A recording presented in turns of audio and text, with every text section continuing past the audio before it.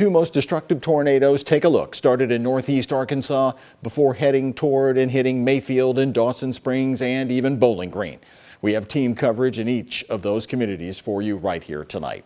First, though, a before and after look at that candle factory in Mayfield. This is a Google image view of Mayfield, the factory before it was destroyed. Now take a look at this ABC News drone video right over the same factory after the tornado.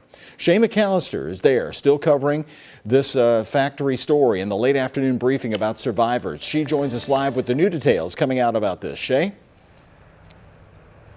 Right, Doug. So let's get to the new information that we have just learned. In the last couple of hours, leaders of this factory tell us they have personally spoken with 100 of the 110 employees who were there on Friday night. This, of course, would be the miracle everyone was hoping for. They did say that 8 people are confirmed dead, and now only 2 are missing.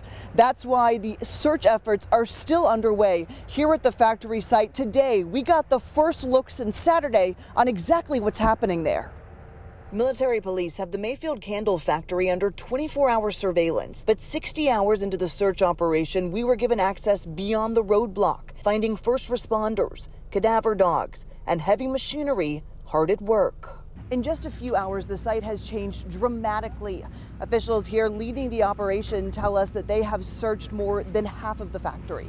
We're currently still working, looking for victims. The site has changed over the last 3 days from chaotic confusion to a methodical operation where every one of the 100 workers has a specific purpose and plan. This is a little bit different than a normal collapsed building because the tornado came in and twisted everything. Late Sunday night, we talked to the CEO of the factory. He says most of his employees who were working during the storm survived. I praise the management team that was on site that night. Some of the early reports, the employees that did get out, were saying, look, they had us in the designated tornado area 10 minutes before the tornado. Still, at least 8 people are missing and 8 others dead, including Graves County Jail Officer Robert Daniel. He was supervising inmates on work release when the storm rolled in.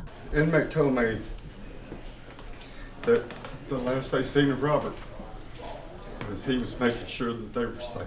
Over the weekend, in an emotional encounter, his fellow officers honored him.